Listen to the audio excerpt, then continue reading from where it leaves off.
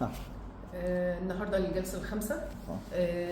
عايزه اقول لحضرتك ان الفرق مش عارفه اقول لك قد ايه. طب احنا كنا بنشتكي من ايه؟ كنت بشتكي من الام في ظهري كله، في العمود الفقري. اوكي. وفي انحناء في زي اتب او حاجه زي كده قدام. اعراض بقى. ماشي.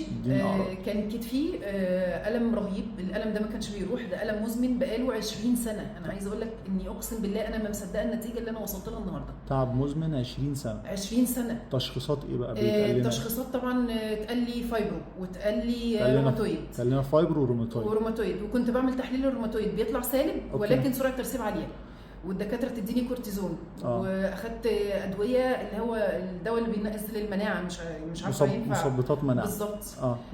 واخدت طبعا السمباتكس والسمبالتا. وكنت باخد 60 مللي. مش الجرعه الصغيره. والحاجات دي بقى جابت نتائج؟ وكنت بصحى الصبح بتألم الم رهيب. جابت نتائج خالص ولا اي حاجه من الكلام ده جابت نتيجه. الناس ما بتصدقنيش لا مفيش اي حاجه. انا التزمت بالنظام الغذائي بقالي دلوقتي شهر ونص. طب قبل النظام احنا خدنا ادويه جهاز هضمي؟ كنت باخد اللي هو الكوليفرين دال. الحاجات دي كانت بتجيب معاكي نتيجه؟ ولا اي حاجه. كانت مجرد ما يعني ممكن ساعتين زمن، ولا اي حاجه ولا اي نتيجه اكتر. نومنا كان وحش ولا حلو؟ النوم على حسب المجهود. لو عامله مجهود طول النهار كنت بنام، لو مش عامله مجهود ما كنتش بنام خالص. ممكن 3 ساعات في اليوم. طنين، وجع في الفك، ضبابيه وجع في الفك موجود، ضبابيه الرؤيه موجوده. كان في ضبابيه تفكير كمان. بالظبط. انا بنسى. واعراض نفسيه. كتير. طب قولي لي دي الخامسه النهارده الجلسه الخامسه. قولي لي النتائج. انا عايز بس اعرف احنا وصلنا ليه. اولا الدواء بناخد ادويه ايه دلوقتي ما باخدش اي ادويه خالص. كل الادويه وقفت خالص. أوكي. ولا دواء.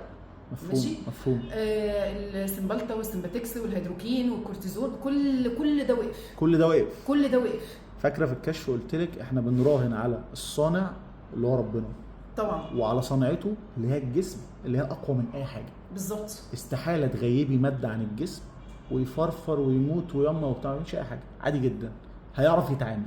انا مش مصدقه النتيجه. الحمد لله. يعني الحمد الله لله. اكبر الله اكبر. ربنا يحفظكم يا رب، حضرتك ودكتوره سميه. سميه طبعا اللي عملت اغلب الشغل يا جماعه. على فكره احنا تقابلنا مره واحده، صح؟ بالظبط. قلنا فيها النظام بس حطيت المنهج اللي احنا ماشيين عليه. الحمد لله. وسميه طبعا الله يبارك لها، يعني هي شاطره جدا.